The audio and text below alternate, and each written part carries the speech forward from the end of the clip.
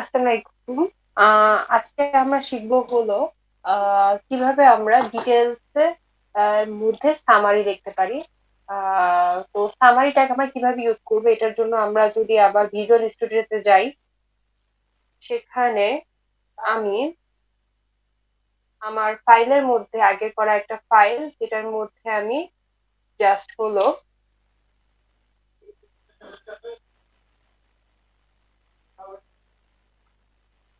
দেখবো যে আমরা যদি আমি সামারি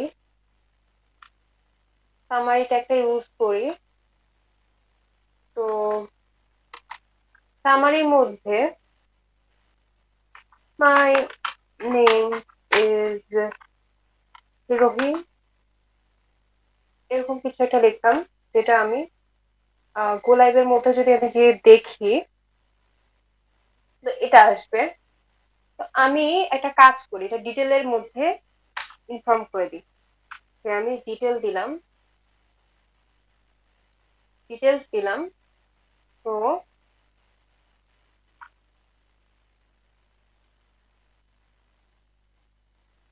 সামারিটা আমি ডিটেলের মধ্যে রেখে দিলাম। রেখে দিলে তো দেখা যাক আমার কি আসে। সামারিটা যখন আমি ডিটেলের মধ্যে রাখবো,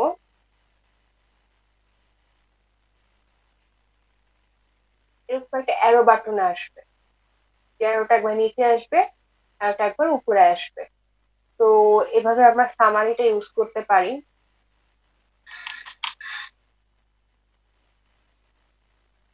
আবার যদি আমি ডিটেলের মাঝে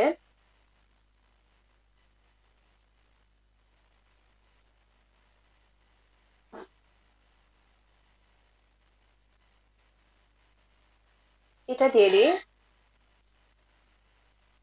যে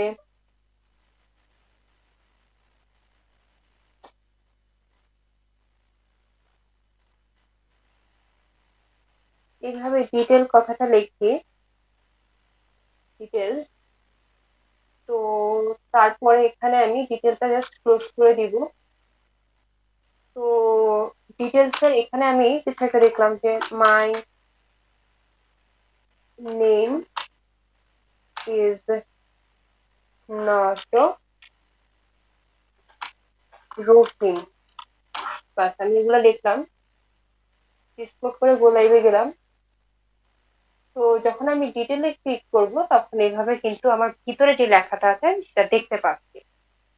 তো সিম্পল নিয়ম, কিভাবে এটা আমি করব, জাস্ট হলো ডিটেলসটা আমি সুন্দর মতো এভাবে ডিটেলসটা আমি ক্লোজ করব।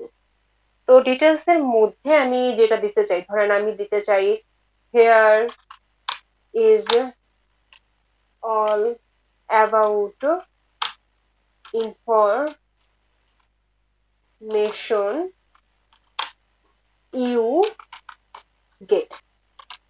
ওকে, তো here is all about information you get, এটা লেখার পরে তারপরে আমি ডিটেলসে তো আমি এটা দিয়ে দিলাম যে এখানে আমার সকল ব্যক্তিগত ইনফরমেশন আমি এখানে পেয়ে যাব। তো এই জিনিসটা আমি একটা অক্ষরে ক্লিক করলে আমি পেয়ে যাবো। সেটা আমি কিভাবে করবো, সেটা আমি সামারির মাধ্যমে লিখবো। যে আমার এখানে সামারি লিখলাম, সামারিটা আমি ক্লোজ করে দিলাম, যেটা নাম হবে আমার ডিটেলস নামে, ডিটেলস। তো এখানে কি আছে সেটা আমি সরাসরি দেখাতে চাচ্ছি না ওয়েব পেজে, যখন আমার এই অক্ষরে ক্লিক করবো তখন ভিতরের জিনিসটা আমার দেখা যাবে। তো আমি এটা এভাবে দিলাম।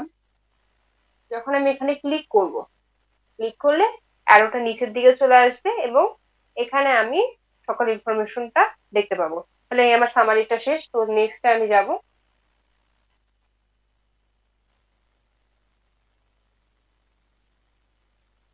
তো এখন আমরা শিখবো আমরা কিভাবে একটা জিনিস ভাবে আমি মানে কেটে দিতে চাই সেটা আমি শিখবো। আর একটা জিনিস নিচে আন্ডারলাইন এরকম করতে চাই, সেই ক্ষেত্রে আমরা কোন ট্যাগ ইউজ করবো। সেটার জন্য আমি ভিজুয়াল স্টুডিওতে গেলাম এবং আমি যদি আইএনএস বা ইনসার্ট ব্যবহার করে ভিতরে কিছু একটা দিয়ে দিই, ইনসার্ট ফর আন্ডারলাইন। ওকে, তো এটা যদি আমি এক্সপোর্টের মাধ্যমে গো লাইভে যাই, তাহলে আমার জিনিসটা আন্ডারলাইন এভাবে হয়ে গেল। এখন আমি এই জিনিসটাই কিন্তু আমি কাট করতে পারি। কিভাবে কাট করতে পারি? এভাবে।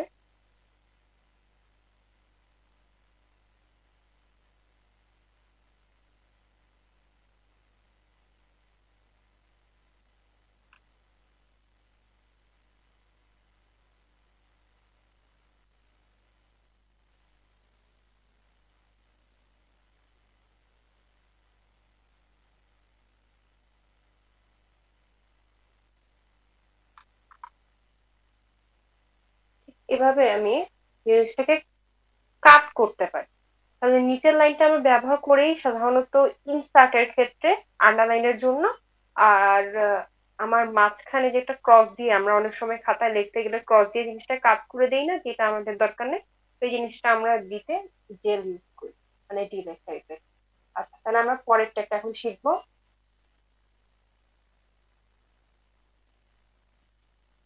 আচ্ছা, তো অনেক সময় হয় কি, আমরা এরকম একটা স্যাম্পল টেক্সট, ধরে না, আমরা হলো একটা স্যাম্পল লেখা লিখি, যে এক্সাম্পল বা একটা স্যাম্পল টাইপের কিছু একটা লিখি, যখন আমার যে ক্লায়েন্ট থাকবে সে ইন্সপেক্ট করে যখন আমরা ডিটেলটা দেখতে যাবে বা মানে স্যাম্পলের আন্ডারে দেখবে, তখন সে বুঝতে পারবে যে এটা একটা স্যাম্পল টাইপের একটা উদাহরণ হিসেবে দিয়ে দিলাম। তো স্যাম্পল টেক্সট দেওয়ার জন্য আমরা কি ব্যবহার করে থাকি সেটা এখন দেখবো। স্যাম্পলের জন্য আমরা সাধারণত এসএমপি ইউজ করি, যেখানে আমরা মধ্যকারের টেক্সটটা দিয়ে থাকি। তো এই গেল আমার এই টেক্সটটা, মানে এই ট্যাগের কাজটা কি।